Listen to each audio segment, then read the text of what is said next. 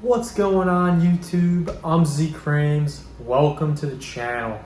In this video, I am redoing my steering wheel because I found a loose thread and decided to pull it, and it started coming off. So enjoy the video.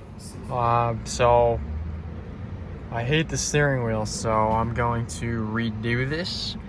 I already started cutting it off. The previous owner basically put this wrap on top. This is the original. He shaved off the original Alcantara. You could see, here's the original stitching, and he just put this over, hence why it's like bumpy in some spots. I'm gonna redo it the correct way. I'm gonna take even this part off and just do it the way you're supposed to. Then he put this felt on this plastic piece. God only knows how bad it is under here. So I'm also going to replace this as well.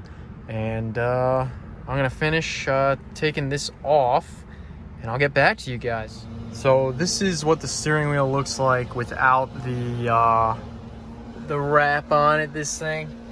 And I can see what he did. Basically, he shaved down the original Alcantara, as you can kind of see here, and then he put that on, and you can see where all the bumps were, where he had to patch up some holes. I'm in the process of taking the whole thing off. It's not easy to do, especially with the steering wheel on the car. And I just realized I'm actually going on vacation tomorrow, so I guess I'm gonna be driving like this for a little bit. But I'm gonna take this original cover off. I believe it's the original cover anyway, and we'll go from there. I'll keep you updated. Just a quick update. This is a huge mess. There's crap everywhere, and I did not bring a trash bag. So if you're gonna do this, bring a trash bag. Anyway, we're down to the original rubber of the steering wheel, but again, this foam pad underneath the original Alcantara, it's glued on from factory, so it's just crumbling everywhere. Look at my hands. So definitely bring some cleaning supplies when you do this. Real quick, I just want to show you guys the layers of a steering wheel. This is my floor in the office, but whatever, let's do it. So this right here is backing foam. This is what's on the back of every steering wheel. It makes it kind of feel nice and soft and cushy. This is the original Alcantara from BMW. As you can see, it's pretty much gone.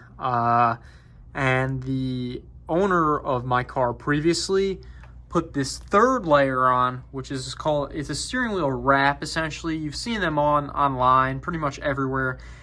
In my opinion, this is not the way to do it. It can look good sometimes. I'm just not a fan. It makes it super thick and squishy. I just want an OEM feeling steering wheel, so I'm going back to the basics, which is just 2 layers. The problem is, I can't find this backing foam. I have no idea where to get it.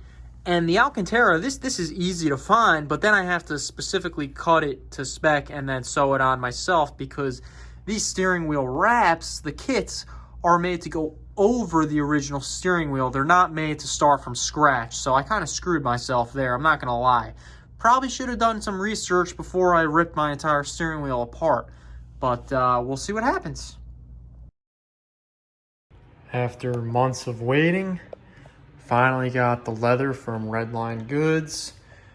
So in the kit, you have the leather. I got the Napa leather, and I have to say, the quality is amazing.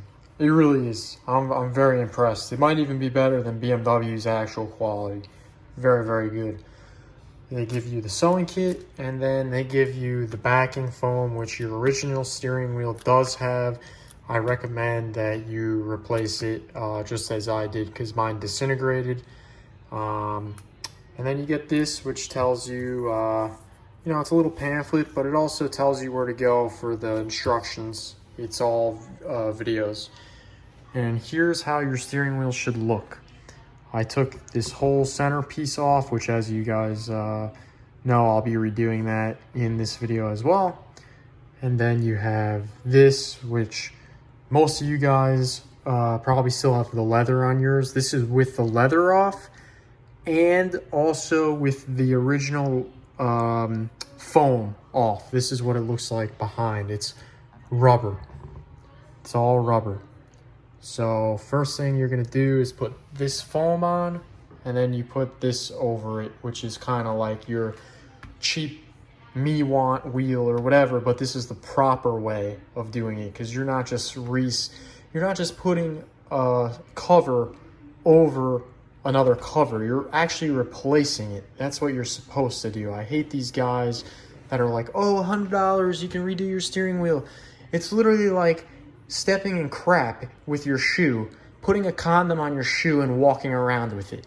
Replace it. Do the right thing. So this is what we're gonna do. I'm halfway done with the foaming. It's a real pain, to be honest. You really want to get it as the seams as perfect as possible. I kind of messed up there, but I'll fix it.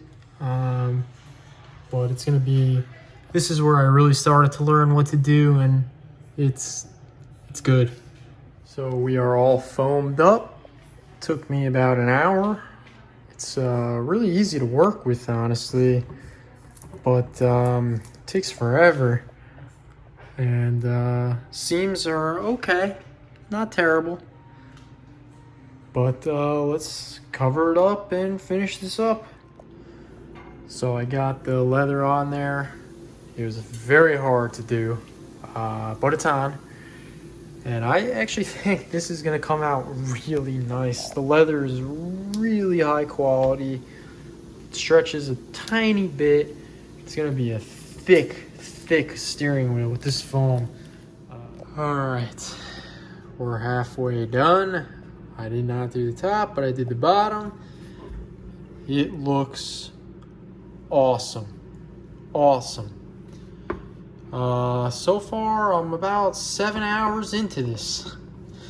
It's not something that's quick. Not at all.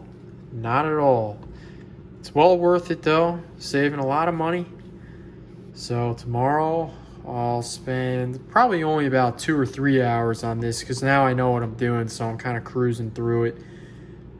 So yeah, see you tomorrow. Here it is, the final result. It looks fantastic.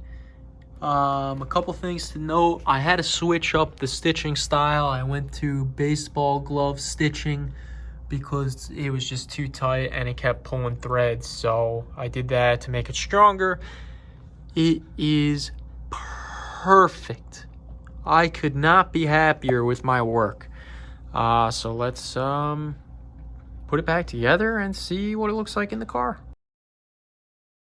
So basically this centerpiece here, you usually can just, when it's peeling, wash it off with some acetone and then spray paint it. In my case, I'm actually sanding it down. It, as you can kind of tell, it has some sort of like felt on it, which is what I initially thought. Turns out it's some sort of like spray paint that when it's like synthetic Alcantara that comes out of a can.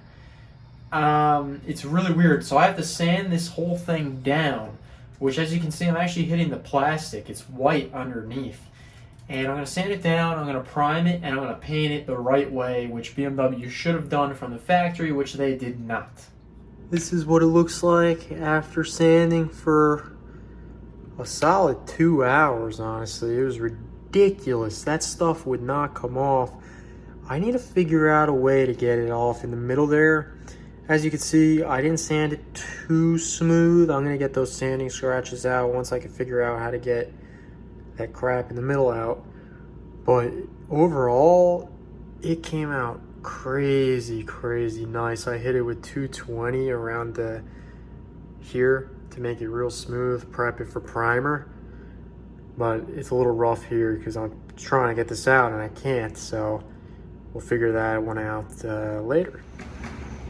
Now we're gonna prime it with the Rust-Oleum primer, 2-in-1 filler and sandable primer. This stuff's pretty good. Shake it up and spray it on. This is after the first coat.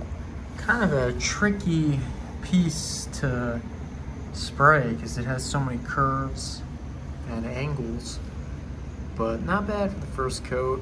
Probably do maybe 3 to 4 total coats. I want to really build it because there's some deep scratches in here that the paint's just not gonna fill, so I gotta build as many coats as I can. So I fully prepped it, the most that I care to prep it. As I said earlier, a couple nicks, scratches that I'm not really gonna get out, but it's fine, it's gonna be better. We're gonna be using Rust-Oleum Matte Finish from AutoZone. I use the Rust-Oleum primer, so it's only fitting to use their product as well, which it actually says on the back to use their primer for best adhesion. So that's what we're gonna do. This is after the first coat. Coverage is fantastic. I did a really light coat and it just covers really nicely. I'll do another. I don't know what that is, maybe a piece of dust or something. I didn't touch it, so I don't know. But I'll do another coat, take care of it, and this should be good to go. It looks amazing. Here it is after the third and final coat. Doesn't look great when it's wet, but when it dries very smooth. All the texture goes away, and it looks great. So we'll check in about an hour, and it should be done. Now it's nice and dry. It looks unbelievable, honestly. It looks about as factory as you can get without paying the $100-something for the factory one. Obviously, there's gonna be a badge put there, so it's gonna look fine. You're not even gonna notice that part. That chip right there is still there. It's not as bad as it was, but it's still there. But honestly, I don't care. This is 100 times better than what it was prior. It does need 24 hours to fully cure, so I'm just gonna leave it like this probably for a couple days. Honestly, I'm gonna let it really dry before I put it in, so I don't scratch it or anything like that.